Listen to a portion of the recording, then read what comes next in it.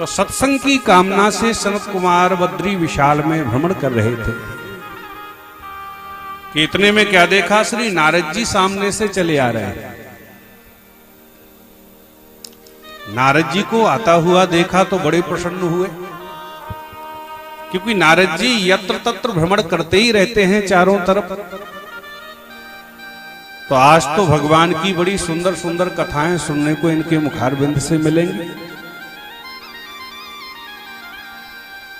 पर जैसे ही नारद जी सामने आए तो क्या देखा कि नारद जी के चेहरे पे तो 12 बजे लंबी लंबी डगों को रखते हुए चले जा रहे हैं, एकदम बिखरे हुए केश, उदासी चेहरे पर छाई हुई है। तो सनत कुमारों ने देखते ही पूछ लिया,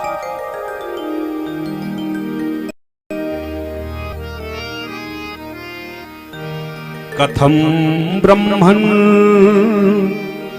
दीन मुख कुतश्चिंता तुरो भवान्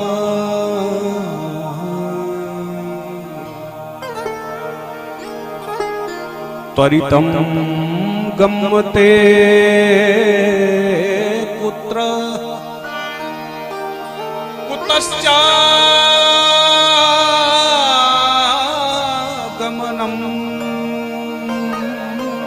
तव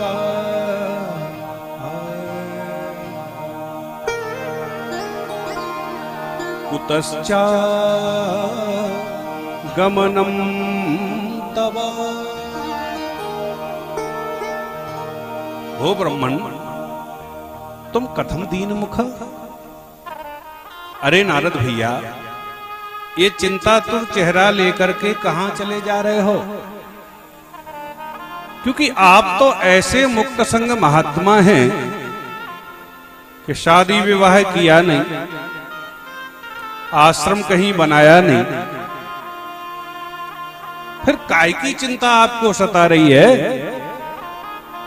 अरे आप जैसे मुक्त संग महात्माओं के चेहरे पर चिंता नहीं, चिंतन शोभायमान होना चाहिए।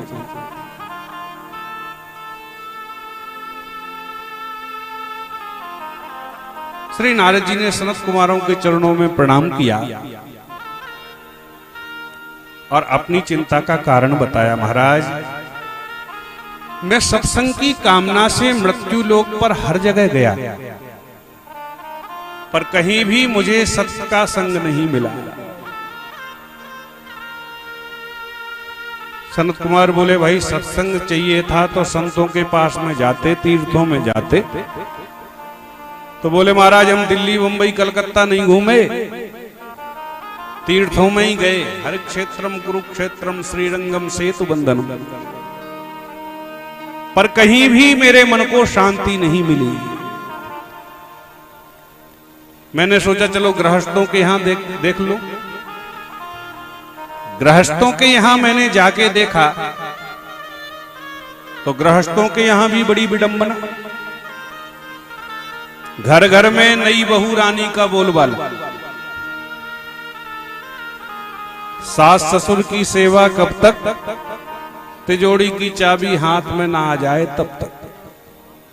और तिजोरी की चाबी हाथ में आई, सोई पतदेव के कान भूंकना प्रारंभ कर दिए। देखो जी, मैं आपके लिए अपने कुटुंब परिवार, सखी सहेली, बंधु बांधव सबको छोड़ के चली आई हूं।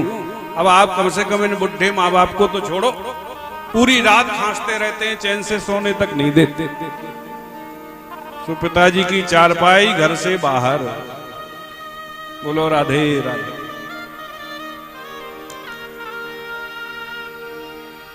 तरुणी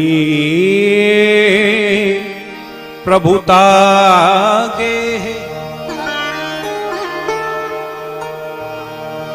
श्याली को बुद्धिदायका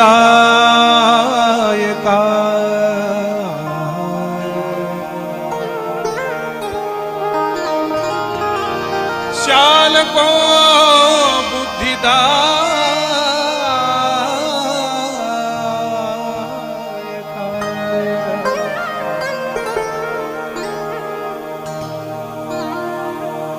और कोई घर में काम कराना हो तो आजकल बूढ़े बुजुर्गों से परामर्श नहीं लिया जाता, ससुराल से साले साहब को बुलाया जाता। देखो भैया आपकी बार ऐसा ऐसा कार्यक्रम कराने का विचार है, इन बच्चों को जरा पीछे कर। अब साले साहब ने कह दिया कि महाराज अब इस समय तो हमें समय नहीं, तो कोई बात नहीं, फिर आगे देख लेंगे।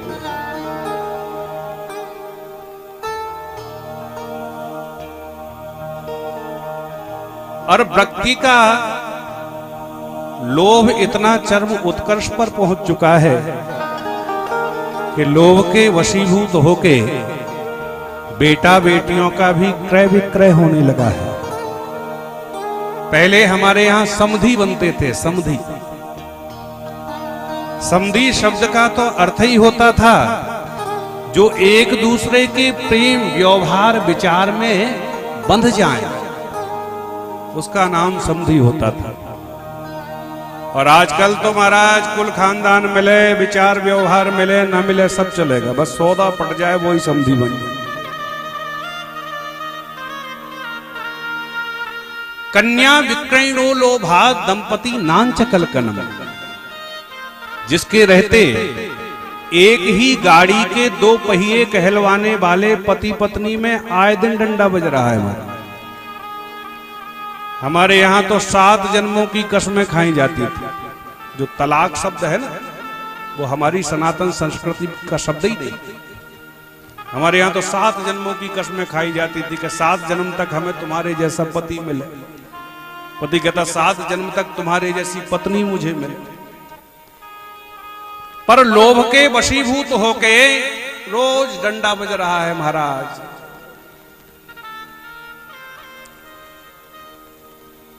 श्री नारद जी कहते एवं पश्यन कलेर दोषान। मैंने सोचा चलो कलयुग का दोष है, तो मेरा मन बड़ा खिन्न हो गया। चारों तरफ परिभ्रमण करके मेरे मन में विचार आया चलो श्रीधाम वृंदावन चलता हूं, जहां पर बांके बिहारी मुरली मनोहर माधव मुकुंद मुरारी ने बड़ी सुंदर बाल लीलाएं करी थी। उस ब्रज वसुंधरा में मेरे मन को अवश्य शांति मिलेगी। नारद जी कहते ऐसा विचार करके मैं श्रीधाम वृंदावन पहुंचा। पर जैसे ही मैं वृंदावन पहुंचा और वृंदावन में यमुना के पावन पुलिन से होके मैं निकल रहा था कि एक बड़ा अद्भुत आश्चर्य मैंने देखा। क्या देखा? बोले यमुना के तट पर एक तरुण स्त्री लेटी हुई है। दाएं बाएं तरफ उसके 2 बुढ़े लेटे हैं। चारों तरफ से माताओं के समुदाय ने उसको घेर रखा है। कभी कभी वह देवी रोने लगती है, कभी बातें करने लगती है, कभी हंसने लगती है। नारद जी कहते हैं इन विभिन्न चेष्टाओं को मैंने जब उसके अंदर देखा तो मेरे मन में स्वाभाविक रूप से विचार आया कि इस देवी का परिचय तो पूछूं भला कि यह कौन।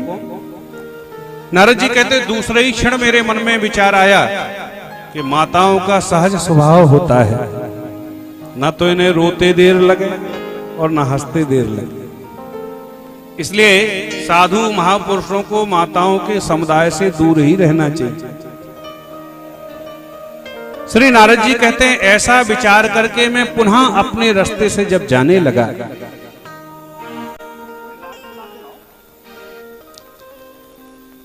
तो अचानक से उस देवी ने आवाज लगाई, ए महाराज जी जरा 1 मिनट ठहरो ठहरो ठहरो।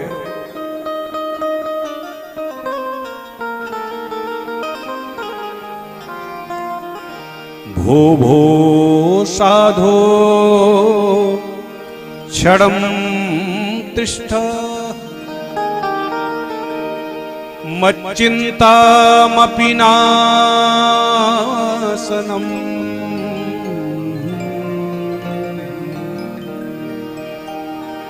दर्शनं तब लोकस्य सर्वथा